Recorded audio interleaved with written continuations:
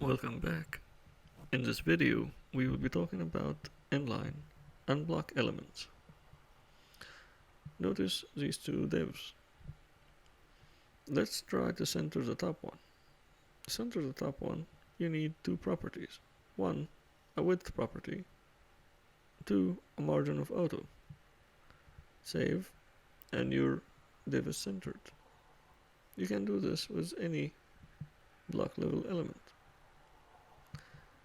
Block level elements can have their properties changed to become inline elements by using the display property.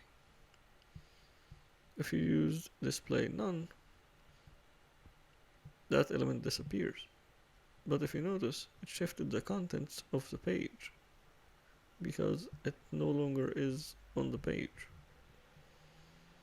You can also set it as inline block, which sets it in line. However, it keeps it within the active window.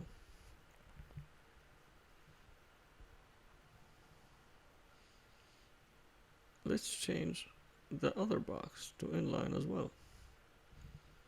Because both elements now are in line, they can be stacked side by side. If we change the top element to inline block, you can see that the margins are no longer preserved.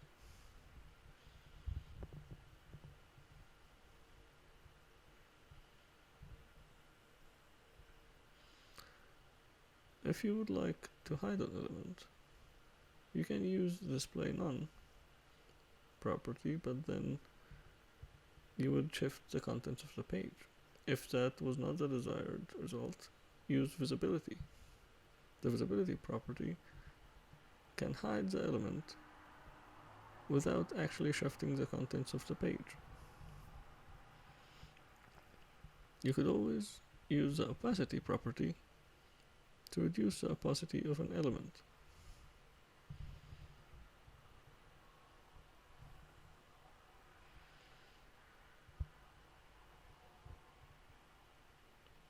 You can use the column count property to split a div into multiple sections. Let's try it on this div. Let's add more text to split up. Now let's use the column count property with a value of 3.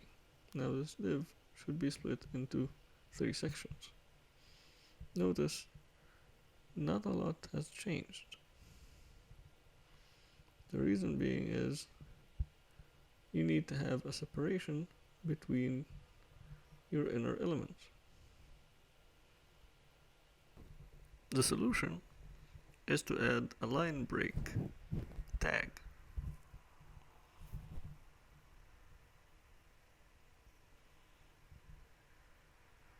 Now your div is split up into columns. In the next video, we will talk about position.